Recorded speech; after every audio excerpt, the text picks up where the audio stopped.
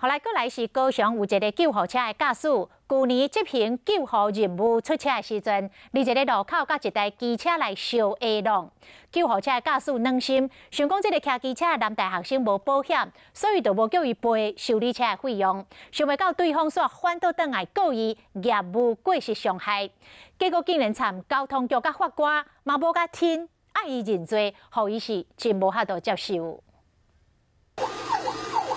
救护车顶有载着患者甲家属，一路医药赶到病院，煞伫一个路口甲一台机车相撞。男骑士倒来了后，佫徛起来，迄个时的救护车驾驶就是这位艾先生。机车突然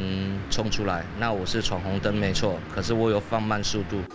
伊讲伊有放慢速度，在车祸发生了后，伊嘛无要求骑车的骑士赔偿救护车4万外的车损，想袂到对方煞颠倒告伊业务过失伤害。 对方的家长很不体谅的是说，很坚持是我们救护车闯红灯撞了他儿子。互伊无法度接受的是，伊最近有收到交通局发函，这内容是写讲，虽然骑士伊无让救护车，但是救护车嘛有责任。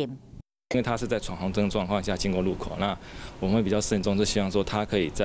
稍微再多注意一点点哈，那可以给予其他的人车一个比较。